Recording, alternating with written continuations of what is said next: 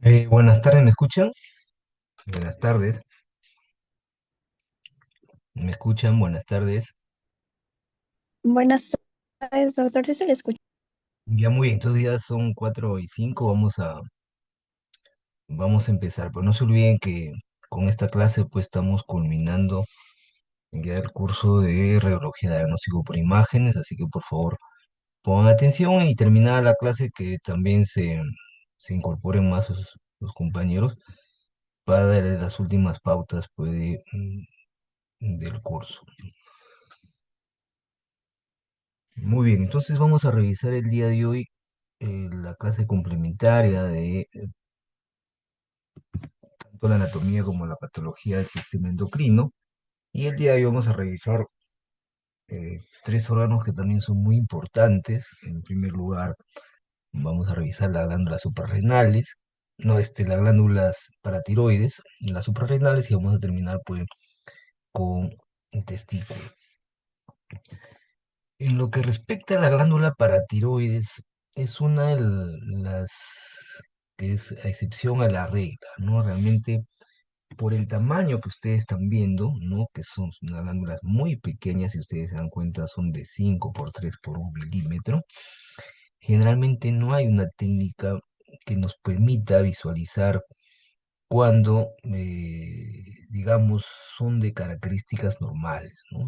Mm, Podemos empezar de repente al inicio con una ecografía bidimensional en escala de grises, pero en general las otras técnicas de imagen no lo van a poder visualizar.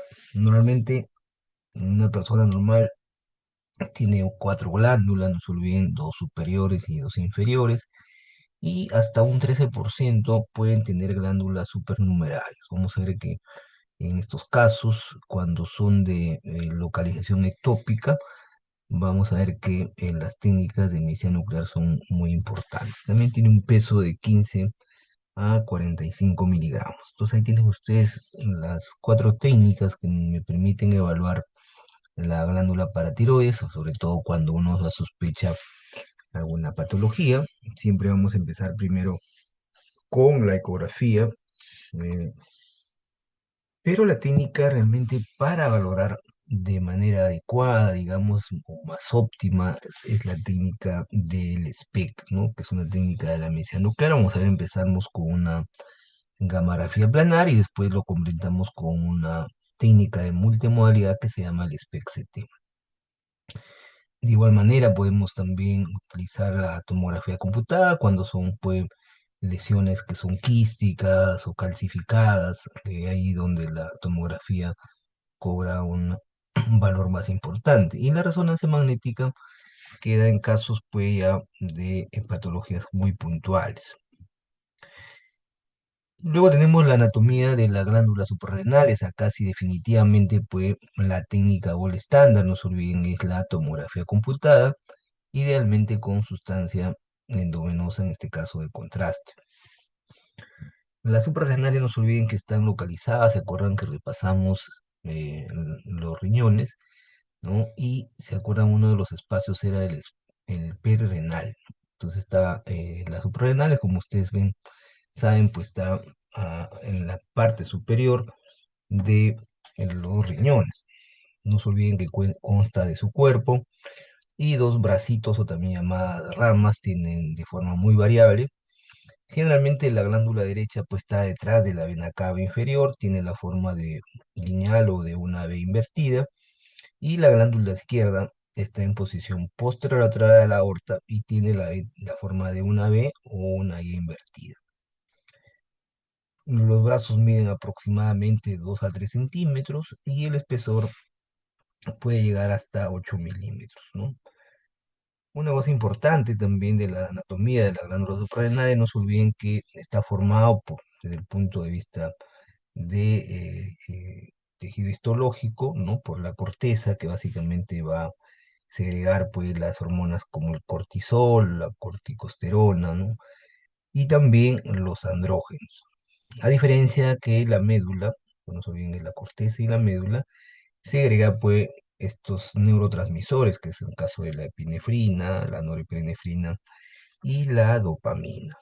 Entonces ahí tienen ustedes las tres técnicas que me permiten hacer una valoración adecuada. Siempre vamos a empezar, no se olviden, cuando evaluamos por abdomen, ya les he dicho, siempre en el algoritmo diagnóstico, si ustedes quieren hacer una valoración inicial, siempre es una pregunta que ha venido varias veces en el examen. Siempre vamos, no, es una cosa que la pregunta que les hago al inicio, como una técnica inicial, y otra cosa que es el gol estándar, ¿no? La prueba de oro. Entonces, por eso que nosotros, por la disponibilidad y su tratamiento diagnóstico que tiene la ecografía, ¿no? Podemos empezar siempre con esta técnica. Pero como ya les mencioné, la técnica gol estándar, pues, es la tomografía computada, ¿no? Idealmente con sustancia de contraste.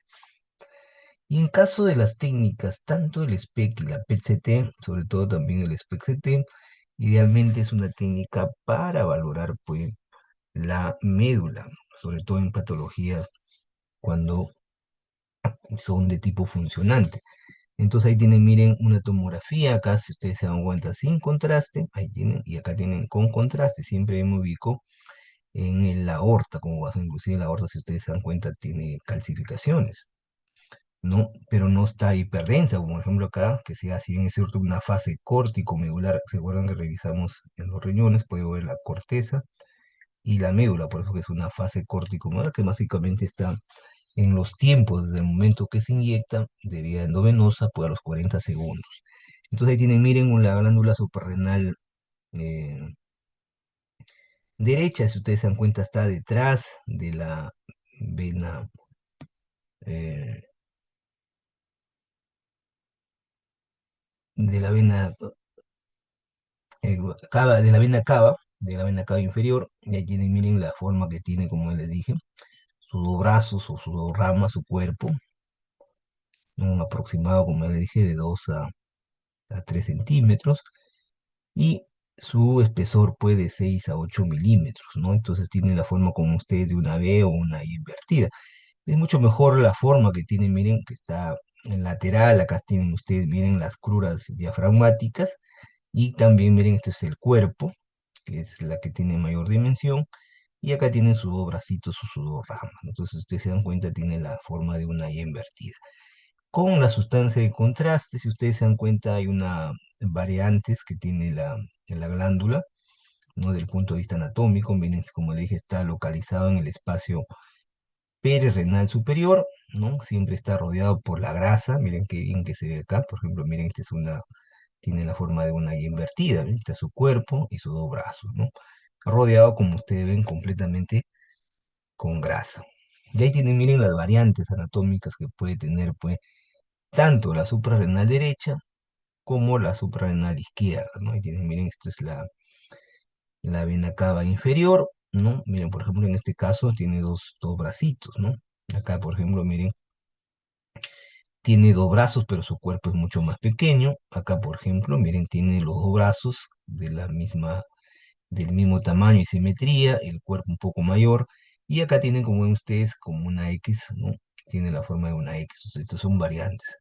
Y en caso de la suprarrenal izquierda, también tiene estas variantes. Como ven ustedes, inclusive está que en el número 8 también es una B invertida, pero su brazo, el más externo, de menor tamaño. Ahí tienen, por ejemplo, ¿no? Miren, esta es una variante, como estamos viendo anatómica, solamente tiene un bracito y acá parte de su cuerpo también está con contraste. Acá, si ustedes se dan cuenta, miren, esta es la vena cava inferior, acá está la aorta, está en una fase ya venosa, ¿no? Y acá miren la forma que tiene, un poco también de una Y invertida.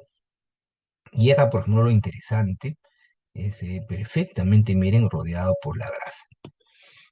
En el espacio perrenal superior. Esta es la resonancia magnética, como ven ustedes, tanto en las imágenes ponderadas en T1, en T2, ¿no? Nos ven la forma que tiene acá.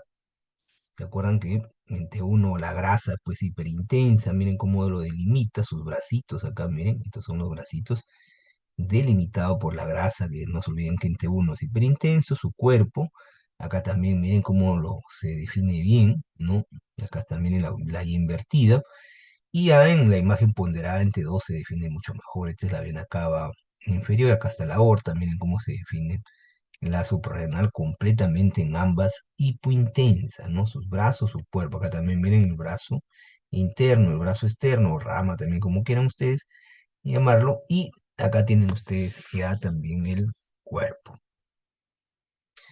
Y con una secuencia también llamada o imagen ponderada cuando saturamos toda la grasa, entonces siempre cuando uno satura la grasa, que también es parte de una modalidad de imagen de la resonancia magnética, que significa saturar la grasa, realzar, como ustedes miren cómo realzo, ya no lo visualiza hipointenso, como acá, como ustedes acá hipointensa, pues el mismo paciente, sino ya lo visualizo como ustedes ven hiperintenso, sus brazos, su cuerpo, acá también miren su cuerpo y sus dos brazos, ¿no? Y este paciente como está ponderado en T1, miren, está con contraste, a pesar de que saturo con contraste, por eso que hago un realce ahí de la glándula suprarrenal, tanto derecha como izquierda.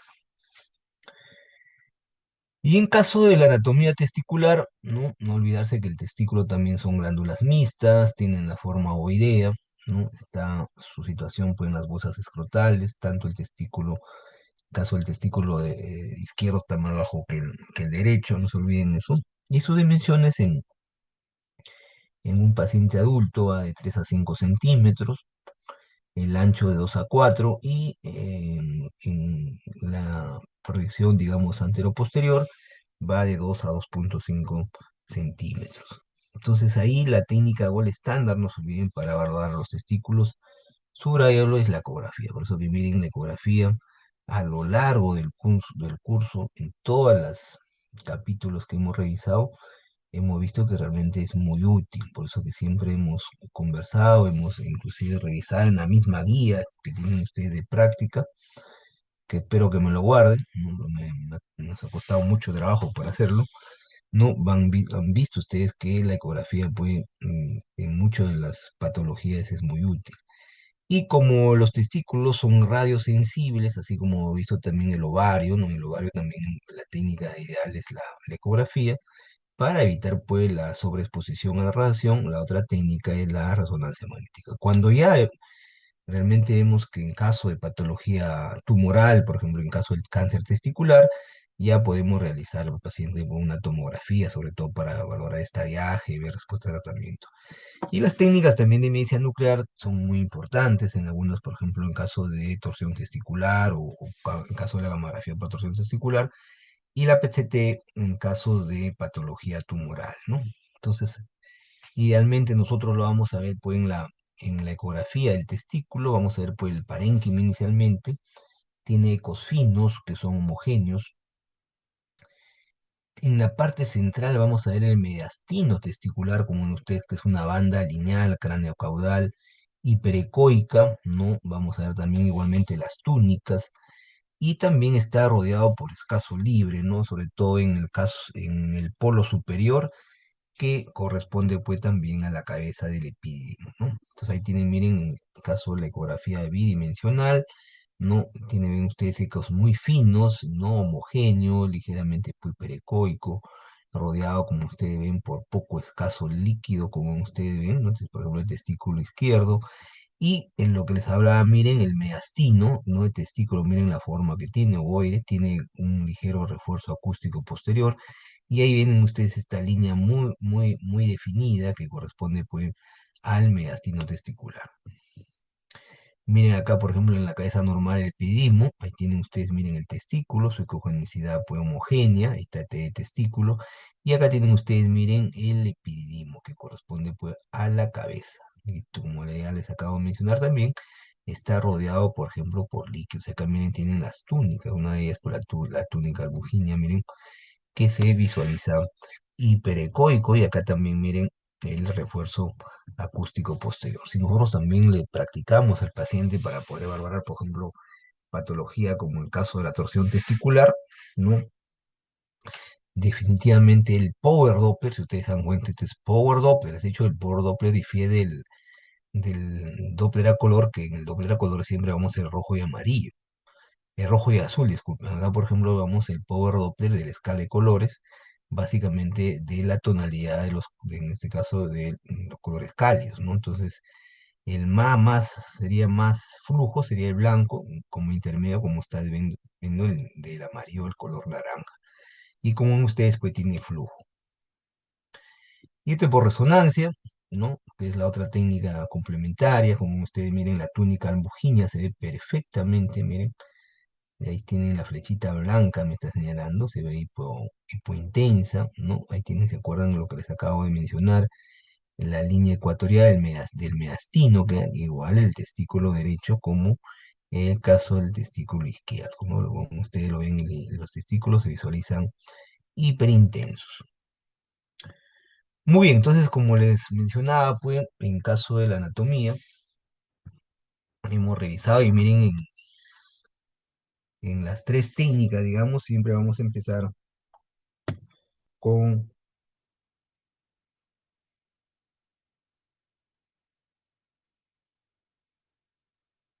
un ratito, chicos.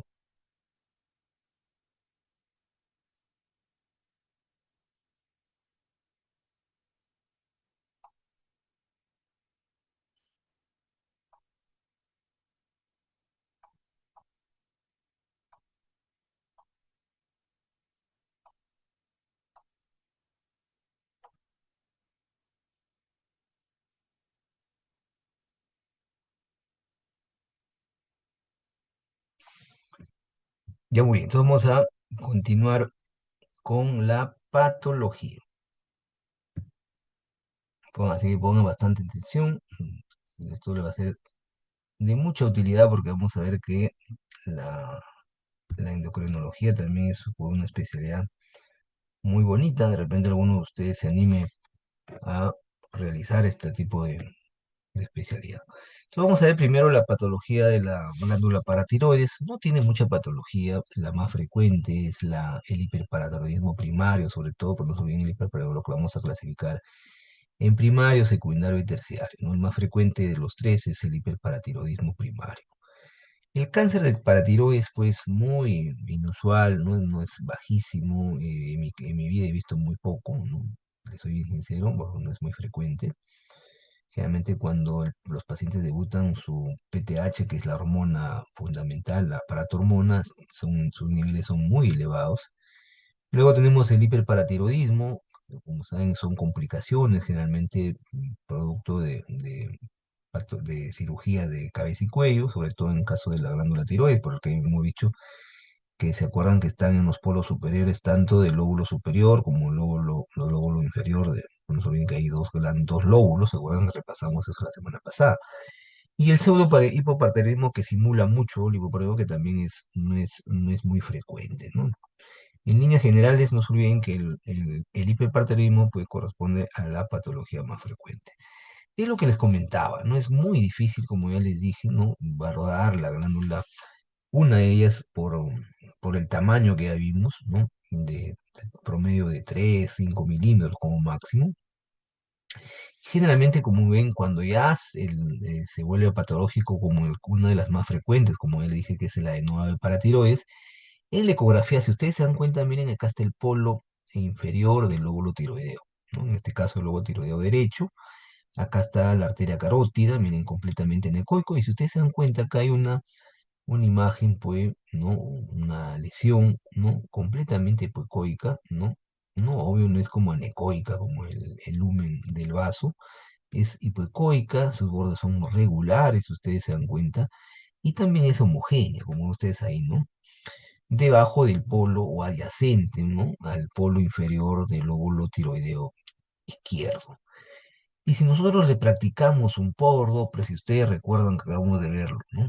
Mm, Generalmente su flujo ya es intenso. Miren, con el power Doppler, ya la adenoma es mucho más intenso, ¿no? No solamente tiene una distribución del flujo periférico, sino también ustedes miren completamente central. También le podemos nosotros realizar una tomografía cuando hay alta sospecha, si ustedes se dan cuenta, cuando los adenomas sobre todo son quísticos, si ustedes se dan cuenta tiene componente sólido, que tiene la distribución periférica, si ustedes se dan cuenta, pero en la parte central su densidad es densidad agua, ¿no? Completamente quística. Entonces, en estos casos, pues la tomografía me caracteriza mucho mejor, ¿no? Si ustedes se dan cuenta, también está adyacente al polo inferior del lóbulo tiroideo derecho, no se olviden, este es el lóbulo tiroideo derecho, ¿no? Miren, este es el istmo, el lóbulo tiroideo izquierdo, ¿no? Acá está con contraste, ¿no? Ahí tienen ustedes, miren, la arteria carótida y la vena yugular. Entonces, igual cuando yo lo realizo sin contraste, las imágenes que están en la parte superior, la imagen A, es sin contraste, igual como ven ustedes, yo lo que hago, comparo con la densidad de los lóbulos tiroideos. Si ustedes se dan cuenta, miren, acá hay una lesión nodular, sólida, completamente homogénea, de bordes regulares. Y si le realizo yo una eh, con contraste endovenoso, ¿no? Hago el realce de la glándula tiroides y comparo, ¿no? El adenoma, la densidad que tiene la glándula tiroides y también una, un, un ganglio, ¿no? Un ganglio que ustedes están viendo acá, desde la yugular, desde la carótida, y generalmente, como ven ustedes, la lesión, ¿no? Lo vemos con una mayor densidad. Pero el gol estándar, por ahí siempre les hago esta pregunta en los exámenes, es la gamografía con Sestamibi. En el retrotrasador, no se olviden que ya en varias oportunidades les he mencionado,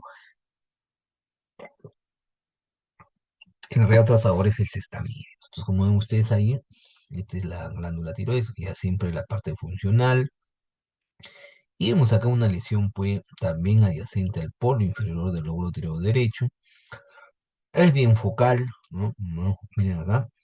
Y cuando yo la realizo, pues, el control a las 2 horas, porque siempre vamos a hablar una fase temprana que se hace a los 15, 20 minutos. Luego se realiza una fase tardía, ¿no? A las 2 horas, como ven ustedes acá. Y cuando se sucede al WhatsApp, el lavado, el retrotrasador, vamos a verlo, pues, la lesión bien focal, ¿no? Bien hipercaptante, ¿no? Como ustedes, definitivamente esto, pues, inequívoco de un adenoma paratiroideo. ¿Por qué? Porque básicamente estos adenomas son ricos en células oxifílicas, ¿no? Generalmente, no olvidarse, el tejido paratiroideo ya de por sí tiene gran cantidad de células oxifílicas, pero los adenomas expresan mucho mayor estas células oxifílicas, y esa es la razón por qué lo vamos a ver de esa captación. Podemos también complementarlo, eso también lo vamos a ver en la guía de las prácticas, sobre todo cuando son de localización ectópica. Por ejemplo, acá también, miren, lo vemos perfectamente. No se olviden que se acuerdan que hicimos la perfusión miocárdica también con este trazador, el Sestamibi, y si ustedes se dan cuenta, casi tiene la misma intensidad, ¿no? Este es los lóbulos tiroideos, y exactamente, porque ya les he dicho, el gran problema que tiene la medicina nuclear es el tema de su, un rato, esperen, de su resolución. Es muy funcional, pero no sabemos exactamente dónde está localizado. Y esa es la razón por qué utilizo yo el SPECT-CT. Y si ustedes se dan cuenta, la localización acá está la tráquea, el esófago está adyacente a la tráquea, y miren acá, ¿no? La localización, pues, del adenoma que está retroesofágico, ¿no? Tanto en el corte axial, corte coronal, y acá se ve perfectamente en el corte sagital, que está bien posterior. Miren qué interesante. Igual también miren otro adenoma paratiroideo ectópico, miren, observen, ¿no? La lesión hipoecoica, no tiene mucha vascularización en la ecografía, ¿no? Bidimensional, esta es una ecografía Doppler, ¿no? A color, y miren dónde está localizado. Acá están los lóbulos tiroideos, la lesión bien focal de localización mediastinal. Cuando yo le realizo, pues, a la CT, observen la lesión, no se ve hipodensa, homogénea, bien definida. Acá está la carótida interna izquierda, acá está la subclavia, y está entre los dos vasos, ¿no? Miren cómo se ve bien focal, ¿no? Y igualmente, tanto en el corte axial como en el corte coronal, de localización mediastinal. Miren qué interesante cuando yo utilizo esta técnica conocida como el SPECT-CT, ¿no? Que ya en el mismo estudio encontramos ambos. Y este es el carcinoma paratiroideo, como ya les mencioné, no es muy frecuente, ¿no? Es menos mal para los pacientes por la severidad del caso también. Miren, ahí se ve pues como una masa, ¿no? Y, no es una masa compleja, tiene en general a predominio hipocoico, pero tiene zonas también, como ven ustedes, anecoicas, con calcificaciones. Miren la gran cantidad de calcificaciones que tiene, sus bordes pues son completamente irregulares, la capacidad, miren cómo invaden los tejidos que están circundantes.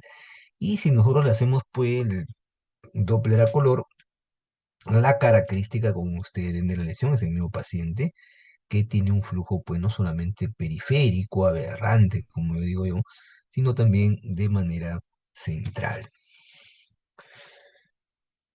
Luego pasamos a patología de las glándulas suprarrenales, ¿no? En caso de la suprarrenal, vamos a empezar primero la corteza, vamos a ver luego la médula. Si ustedes recuerdan un poco de la histología de las glándulas suprarrenales, tenían tres capas bien definidas, ¿no? Histológicamente, ¿no? La capa glomerulosa, ¿no? Y la capa reticular y la capa, pues, ahorita trato de acordar, porque son tres capas, y cada una de ellas, ¿no? Va a producir, pues, determinados, ¿no? En este caso de la capa, por ejemplo, de la enfermedad de Addison, ustedes recuerdan, los mineralocorticoides producen las hormonas, en la enfermedad de Cushing el cortisol, y en el síndrome genital, básicamente, pues, eh, los andrógenos. Por eso que cada una de estas capas, que siempre es también motivo de preguntas en los exámenes. Ahí tienen, por ejemplo, miren el síndrome de Cushing, ¿no? Va a ser por una masa arenal derecha grandácea. Ya les dije que empecemos siempre con la ecografía, no se olviden abdominal, ¿no? Generalmente ya me revela masas adrenales, pero como ya les comenté, la técnica ideal, ¿no? Es la tomografía computada, me hace una mejor caracterización, ¿no? Para en caso de las masas adrenales. Ahí tienen, miren, por eso que ahí tienen la tomografía con contraste, ¿no? Miren, esta es una fase córtico-medular, miren cómo se ve bien bonito la cortical y la médula, ¿no? Entonces ahí tienen las pirámides de Malpighi, las columnas de Bertin, que también lo vimos. Y miren acá, ahí está el del bracito externo, ahí tienen su cuerpo, el brazo interno, miren que hay una lesión nodular funcionante. Por eso que es importante en endocrino, ustedes tienen que ver también la clínica, los exámenes, obvio que tengo que pedirle también corticol. Y en este esquema, miren, cuando ya utilizo el contraste endovenoso, normalmente los adenomas no tienen un promedio de 24 unidades Hansfield, ¿no? Cuando yo utilizo el contraste se realza hasta 50, se duplica, y después cuando ya hago una fase tardía vuelve nuevamente a las mismas unidades, ¿no? Ahí tienen, miren, un síndrome de Cushing, ¿no? También se puede presentar con hiperplasia adrenal cortical bilateral. Una cosa es, lo más frecuente es que sean adenomas, pero también podría haber hiperplasia, ¿no? Las hiperplasias generalmente son bilaterales. Y miren, un carcinoma adrenal cortical. También he tenido un caso hace unos 20 días de una paciente que tenía, pues, también un carcinoma adrenal cortical. Tremendamente, miren, ¿no? La masa, porque si ustedes se dan cuenta acá, este es el polo superior del riñón. Miren cómo el riñón lo está desplazando hacia abajo, el otro riñón está normal en su posición, por la masa extensa, ¿no? Es una masa, pues, compleja, tiene zonas necróticas, ¿no? A pesar que esta es una resonancia magnética, está ponderada en T1 con sustancia de contraste, tiene un realce completamente heterogéneo, ¿no? Inclusive, miren, ya está muy contiguo al hígado, ¿no? Sobre todo en el segmento 6, ¿no? Y con la posibilidad, pues, de extenderse, de hacer metástasis. Luego tenemos el síndrome de Addison, ¿no? En caso de Addison, en nuestro país lo más frecuente, no se olviden, es la tuberculosis, ¿no? Por ejemplo, en este caso es una enfermedad granulomatosa, conocido como la histoplasmosis, ¿no? Miren, ahí tienen las dos masas, ¿no? Siempre en los polos, están rodeados por grasa, ¿no? Tienen una densidad, ¿no? Disminuida, ¿no? Como ustedes, generalmente es bilateral, no uniforme, y al momento que se les ha hecho las medidas, ¿no? Miren, tanto en el lado derecho, ¿no? Que mide 4,9, el lado izquierdo mide, bueno, que ustedes se dan cuenta casi son del mismo tamaño. Y cuando nosotros ya obvio que estás en una fase nefrográfica, que es una fase contrastada, miren cómo tiene un realce muy tenue. Y en caso del aldosteronismo primario, no sé, la aldosterona, ¿no? Conocida como el síndrome de Cohn, ¿no? Vamos a ver también dentro de las modalidades que tiene la resonancia magnética, miren, son varias, ¿no? Esto también son otras imágenes ponderadas que no se conoce como in-phase y out-phase, ¿no? En el caso del U-phase, como ven ustedes, define mucho mejor el adenoma, redondeado, como ustedes ven, y en caso de los face como fuera de fase, ¿no? En fase, y también este se llama en fase, y fuera de fase, ¿no? Fuera de fase, como ustedes pueden, se visualiza mucho más hipointenso, que es una de sus características de, de este tipo de patología conocida como el síndrome de Cohn. Ahí tienen, miren cómo el gol estándar, no se olviden, ya se fue motivo de pregunta de examen, también lo voy a hacer en el ENAN, también lo voy a preguntar en el examen. Que el gol estándar para el atorema primario, pues, es el sampling venoso adrenal, ¿no? Miren ahí cómo es. Se introduce el catéter, es obviousina técnica invasiva, ¿no? Ya les he dicho. Sustraigo todo, esta es una angiografía con su digital, y miren la lesión bien pequeñita, ¿no? Miren acá el adenoma también en la tomografía computada, ¿no? Esta tomografía también es con contraste, acá está, miren la aorta, por acá está la mesentérica, acá está el polo superior, acá está exactamente el adenoma, tiene un realce muy tenue, acá está el cuerpo, el brazo interno, acá está el brazo externo, o sea, justamente está localizado en el brazo interno, y también podemos tener la gammagrafía, con este caso con yodo colesterol. Pues no se olviden que el colesterol, pues, la molécula base para la producción de todas esas hormonas. Entonces, el retrotransor que empleamos es el NP53, ¿no? Así se llama el NP53. También hay el NP56, el NP59, como en este caso. Y en el síndrome adrogenital, miren, ya generalmente son muy evidentes estos síndromes, ¿no? Generalmente pueden de problemas de pacientes que tienen caracteres sexuales, si es una mujer, caracteres sexuales masculinos, si es un hombre, caracteres sexuales femeninos, ¿no? Pero miren, la causa de esta patología, pues, un ratito que me está llamando el director de escuela de la universidad. Deme, por favor.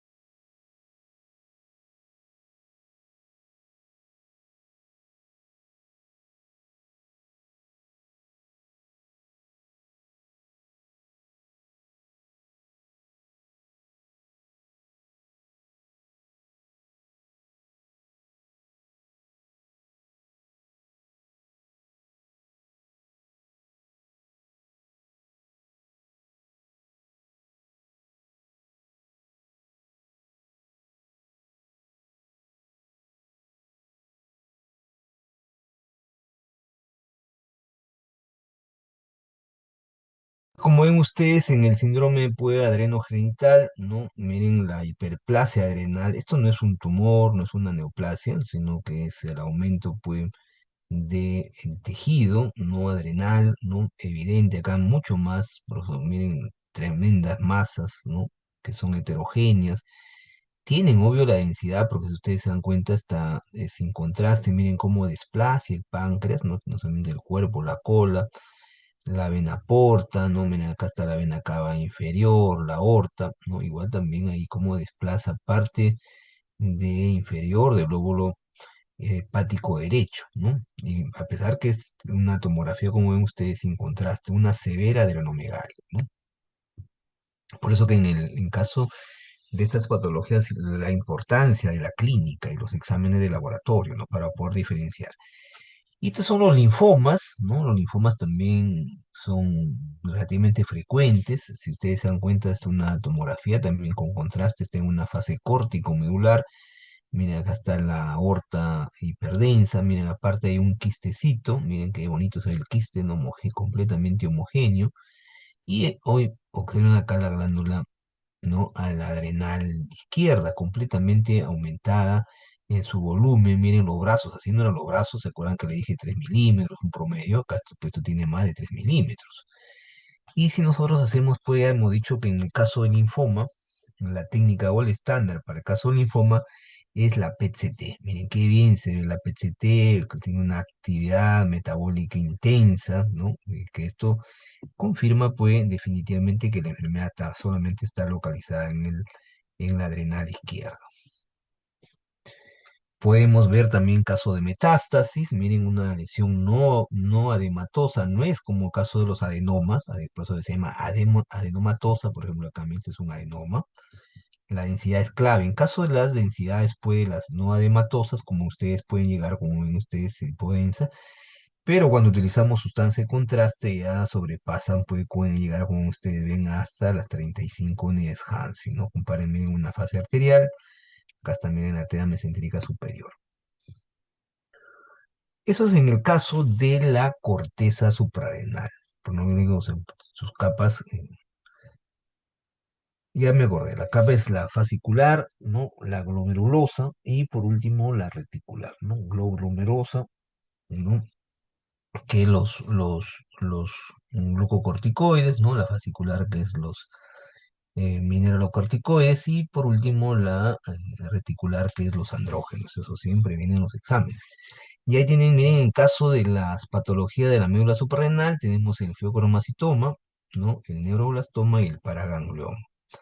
Siempre se presentan, como ustedes ven, como un nódulo, como un adenoma. Por eso es importante la clínica. Ustedes hemos visto que es muy similar en la síndrome de Cohn, síndrome de Cushing, en el caso que vimos también de, de la patología de la histoplasmosis también, por ejemplo, no siempre tiene esta forma nodular. Por eso que la clínica es clave. Entonces, miren, una resonancia magnética se ve hiperintensa. Esta imagen ponderada en T2. Ahí miren la vesícula biliar se ve hiperintensa, muy bien definida.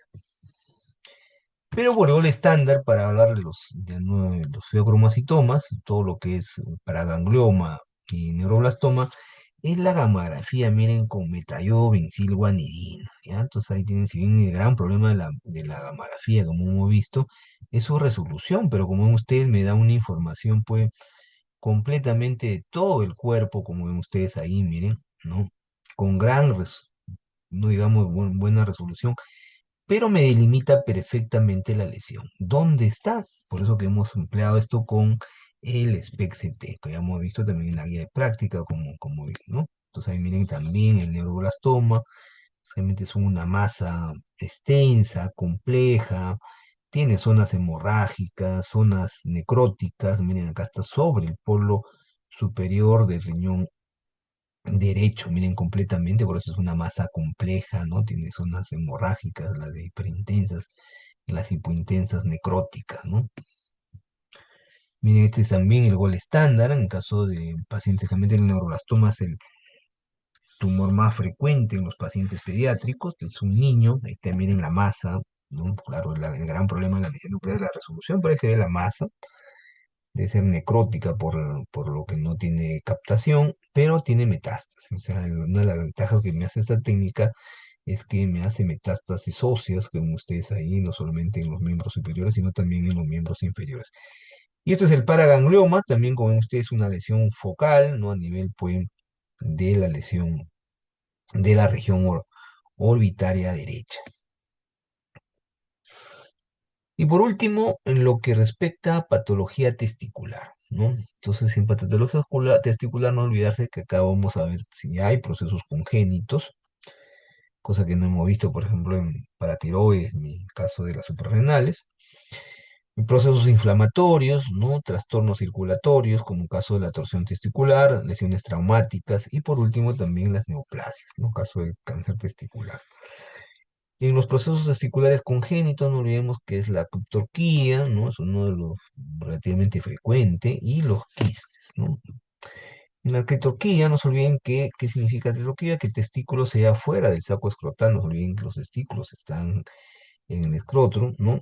Y generalmente esto se produce por un trayecto, ¿no? normal de migración que puede quedarse a nivel intraabdominal o también en la región inguinal. Generalmente por eso que al momento cuando ustedes roten en neonatología, van a ver ustedes del examen físico a los bebés varones, se les examina los testículos que estén en buenas bolsas escrotales, que es la mejor forma, ¿no?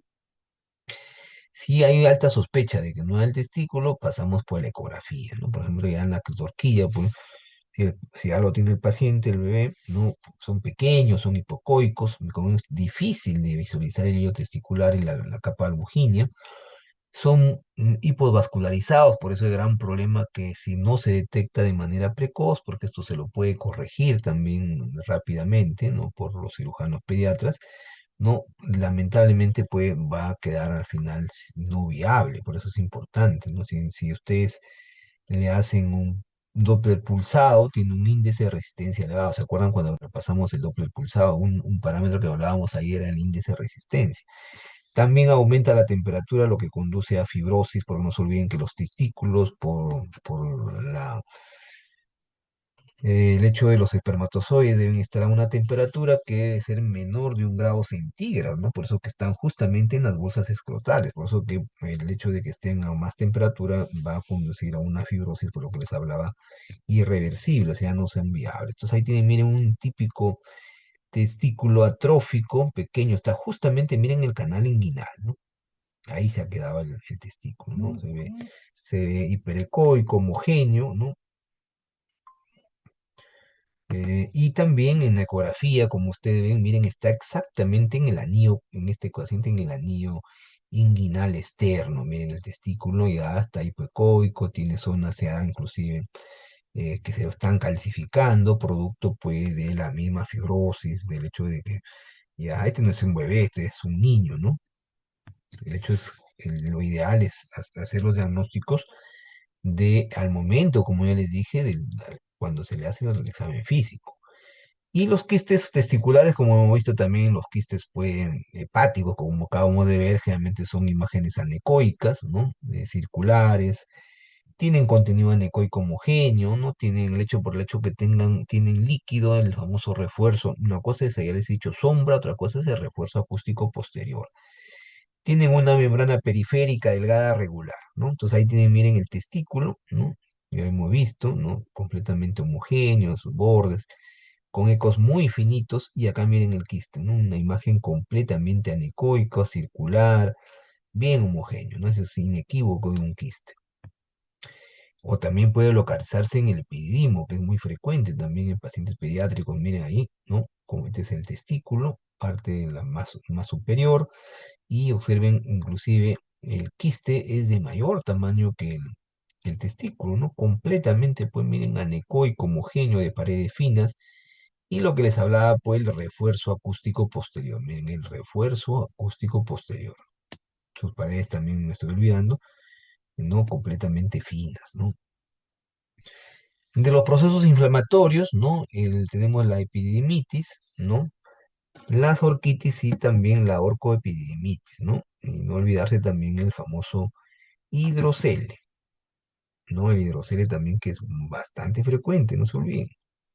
Ahí tienen, miren, pregunta de examen, ¿no? En la epididimitis aguda, ¿no? Entonces acá tienen, miren, el aumento del volumen testículo inclusive ya hay áreas hiperecoicas que significan que hay pues, proceso inflamatorio, observen miren la vascularización, pero donde realmente está el proceso inflamatorio es en el epididimo. El epididimo está aumentado de su volumen, tiene flujo, ¿no? Miren acá es Doppler a color, ¿no? El flujo está incrementado no solamente a nivel central, sino también periférico.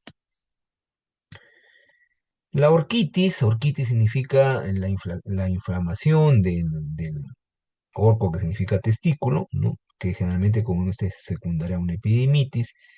Las túnicas también han aumentado su espesor, con borde medial difuminado, tienen hidroceles muchas veces, los bordes son regulares, ¿no? Puede también complicarse con una epididimitis, generalmente van de la mano ambas, ¿no?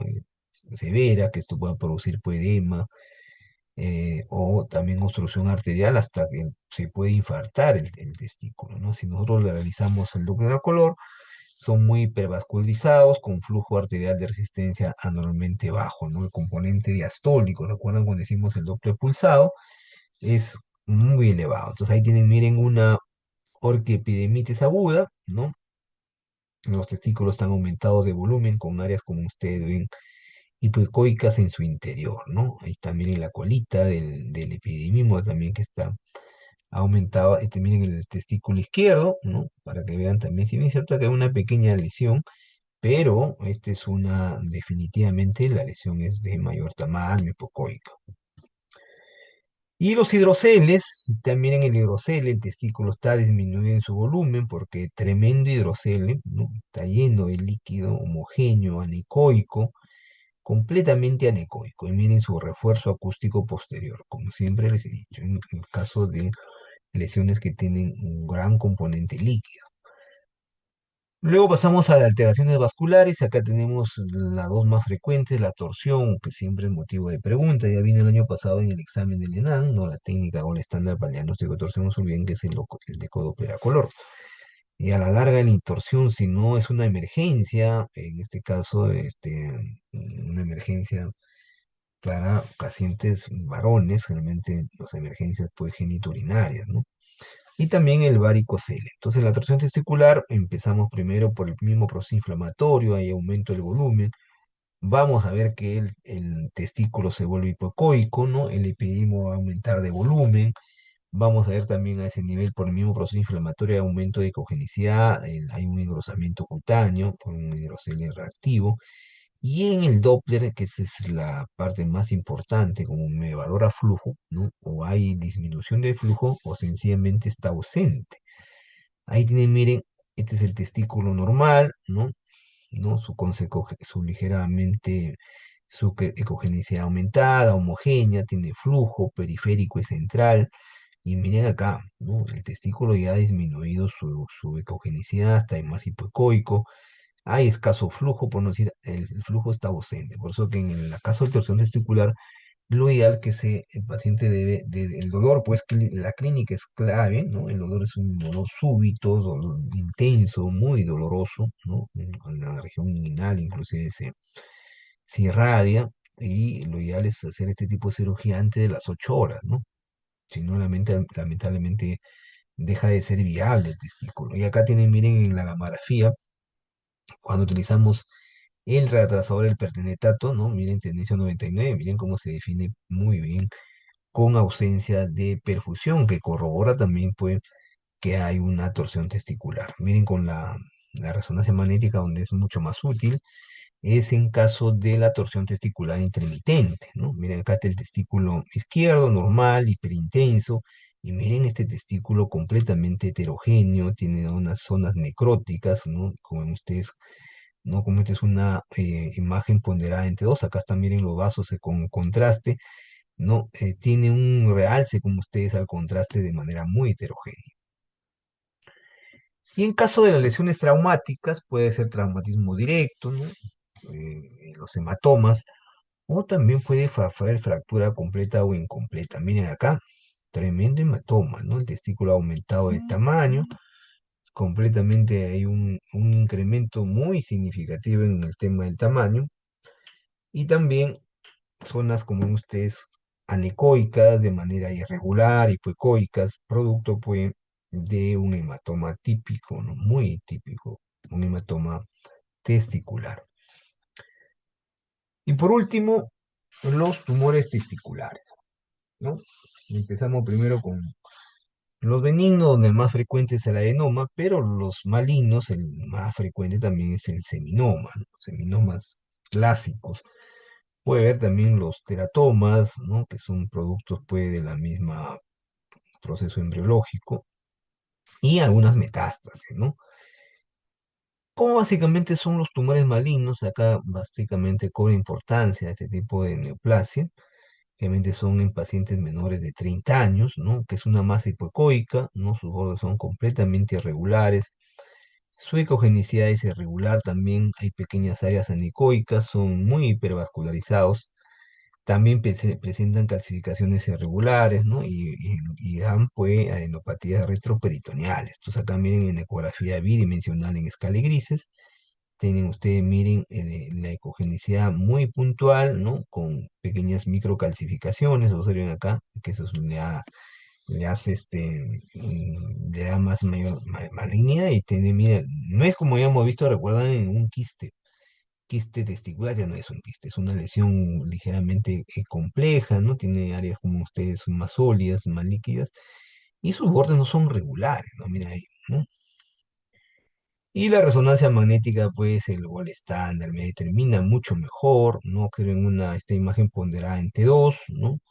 Miren la lesión completamente pues, heterogénea, ¿no? Tiene áreas pues también inclusive más hipointensas que inclusive el testículo derecho está aumentado de volumen, ¿no?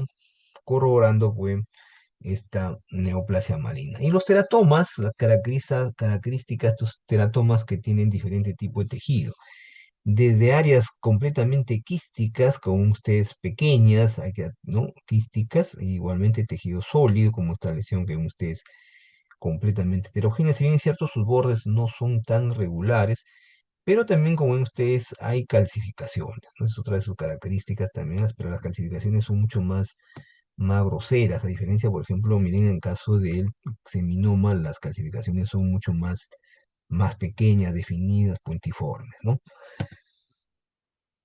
Muy bien, entonces con esto pues estaríamos culminando las clases teóricas del curso de radiología y diagnóstico por imágenes. No sé si tienen algunas preguntas, vamos a hacer un llamado a pesar que no ha habido mucha asistencia. A ver, Alessandra Segura, Alessandra, ¿alguna pregunta, Alessandra? Alessandra, Alessandra, no está Alessandra. A ver, Anel Cox, Anel,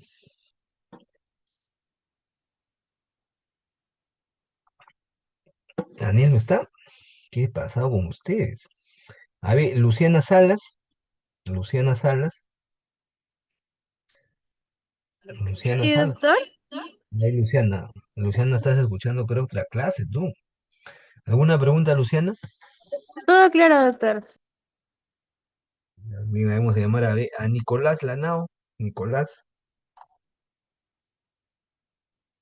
Sí, doctor, Nico- todo claro. ¿Seguro, Nicolás? Sí, doctor. ¿Seguro que no tienes preguntas?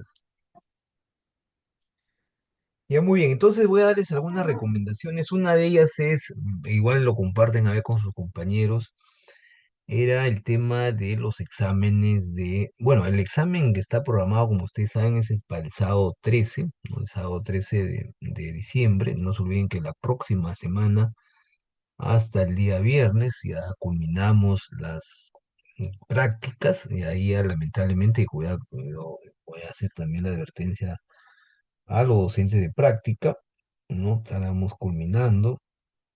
Bueno, yo, ¿por qué digo el viernes? Porque tengo alumnos ahí en la sede, pero realmente debe acabarse el jueves, ¿no? Para que rápidamente también sus docentes pueden les califiquen, porque no se olviden esa semana ya a partir del 9 al 13 tienen que ya enviarme las notas, ¿no? Y una de las preguntas, igual se va a ser el sábado 13 a mediodía, era lo que respecta a el, el examen sustitutorio. Entonces, el examen sustitutorio, ustedes han leído el reglamento, inclusive de la misma, de toda la Universidad Ricardo Palma, ¿no? Igualmente es igual para la Facultad de Medicina, puede darlo cualquier alumno. Dice, eso sí, tiene que elegir una de los cuatro exámenes, el que más, donde menos nota tiene. O- eh, Obvio que el único que no puede ser es que tiene promedio menos de 7, porque así sacándose buena nota no lo va a aprobar, ¿no? Pero si tiene más de 7 en nota, así cuando usted ya le publique, pueden rendir el examen, pues, sucesorio que tentativamente va a ser por el día martes o miércoles de sería 13, 16 o 17 de diciembre. Eso básicamente las preguntas que me han estado haciendo los delegados, así que vuelvo a repetir que cualquiera de ustedes puede rendir con esas condiciones que les acabo de mencionar. Entonces, si ya no tienen preguntas, vamos pues a hacer la despedida. Realmente para mí ha sido bastante, como siempre, a los alumnos les digo, tengo, como ustedes saben, muchos años ya de profesor. Este, eh, Realmente ha sido siempre bueno, un placer, ¿no? Es un honor siempre dictar la experiencia de que uno tiene años. Así que a todos ustedes, por lo menos los presentes, realmente para mí ha sido de gran satisfacción haber dictado nuevamente como coordinador del curso de diagnóstico por imágenes. De repente alguno de ustedes elige la especialidad de radiología y nuevamente nos podemos volver a encontrar. Muy buenas tardes con todos ustedes. Gracias, doctor. Solo, solo. Hola, doctor, gracias. Saludos, doctor. Hasta luego. Hasta luego, chicos.